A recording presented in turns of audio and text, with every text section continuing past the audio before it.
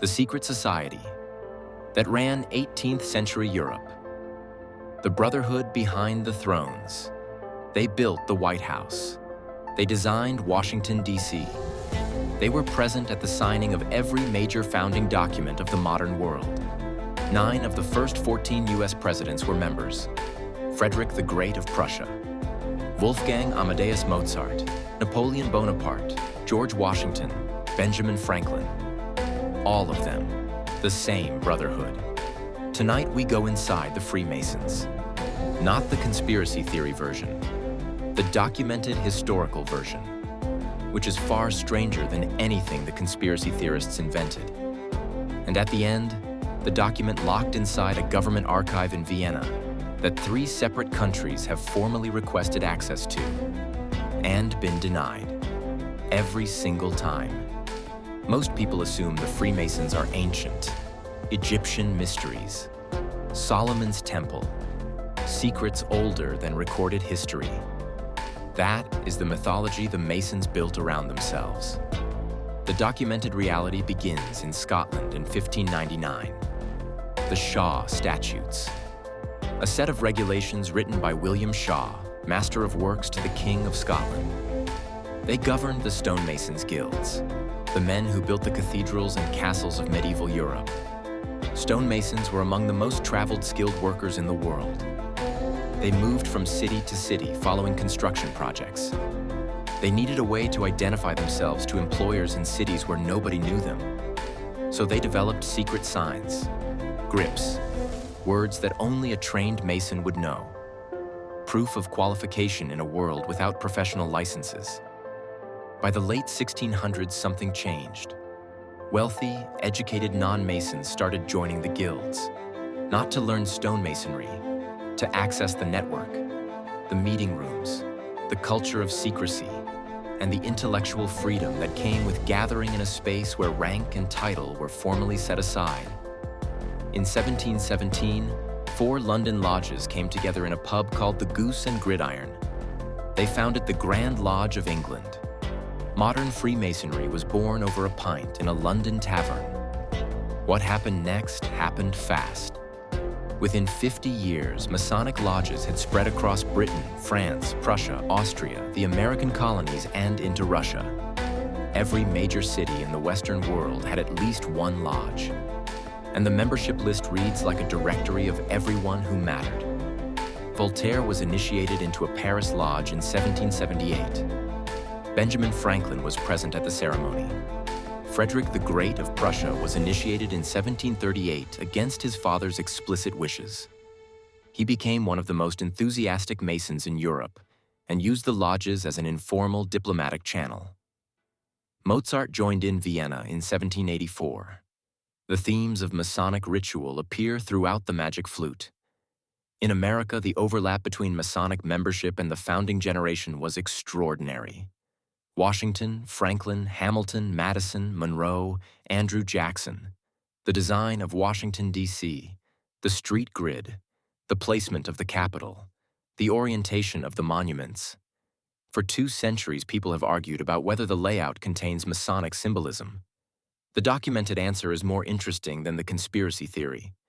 Several of the architects and surveyors were Masons. Several were not. The plans were changed multiple times. Whether the final design was intentional or the result of people seeing patterns in what was simply practical urban planning is a debate that has never been settled. But here is what is documented. The cornerstone of the U.S. Capitol building was laid in a Masonic ceremony by George Washington, in full Masonic regalia. That is not a conspiracy theory. It is in the congressional record. Not everyone welcomed the lodges. The Catholic Church issued its first papal condemnation of Freemasonry in 1738. In Eminenti, Pope Clement XIV. The charge was that Catholics were swearing secret oaths to an organization whose ultimate loyalties were unknown. The condemnation has never been lifted. To this day, a practicing Catholic who joins the Masons is considered to be in a state of serious sin. In 1785, the Holy Roman Emperor Leopold II banned Masonic lodges across Austria. He had a specific reason. A group of Austrian Masons had formed an inner circle called the Order of the Illuminati. Founded in 1776 by a Bavarian professor named Adam Weishaupt. The Illuminati were Masons who believed the lodges had become too conservative, too comfortable with the existing power structure.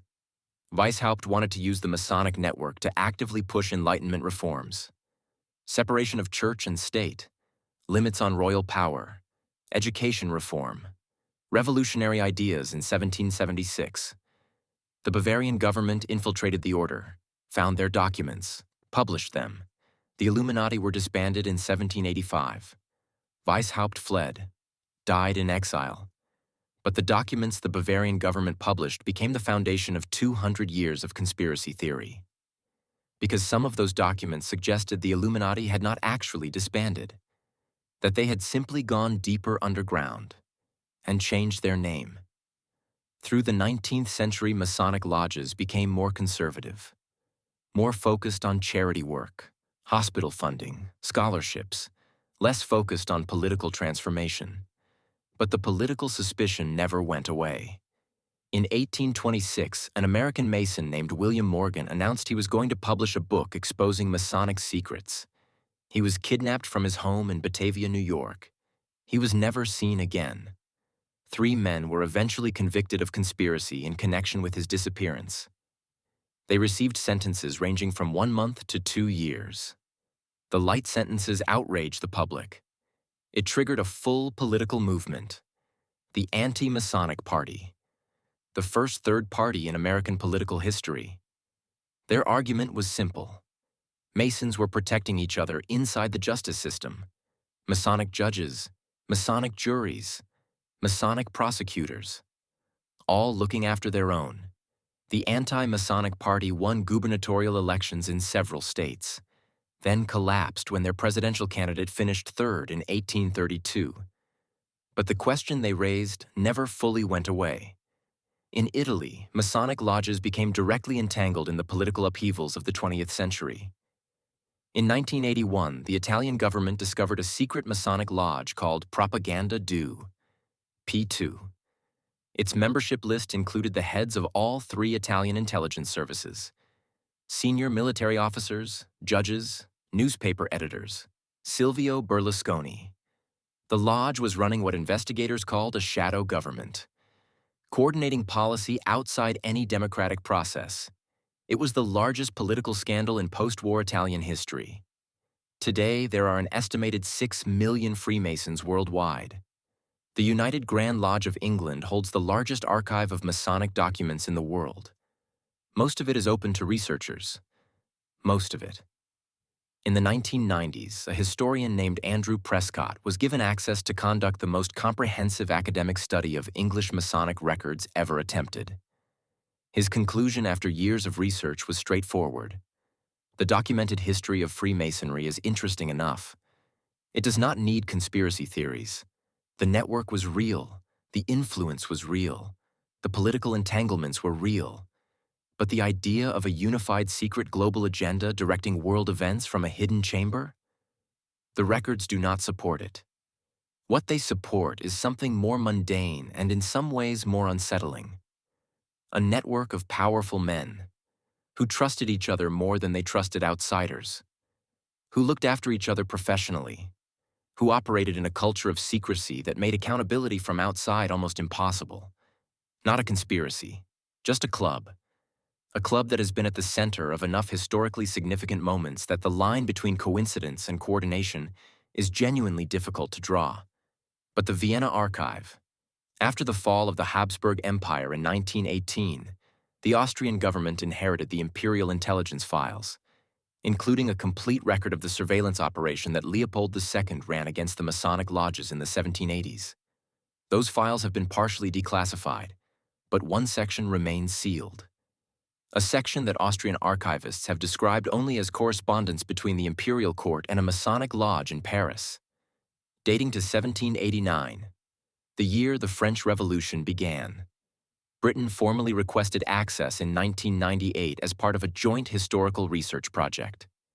Denied. France requested access in 2004. Denied. A consortium of European universities applied in 2019 under EU Freedom of Information provisions. Denied. On grounds of ongoing sensitivity to bilateral diplomatic relations. What is in a set of 230-year-old letters that 3 governments consider sensitive to diplomatic relations today? That question has one person who might be able to answer it. A retired Austrian intelligence official who worked in that archive for 22 years. He agreed to speak on camera for the first time last month. What he said is in the next video. Follow now.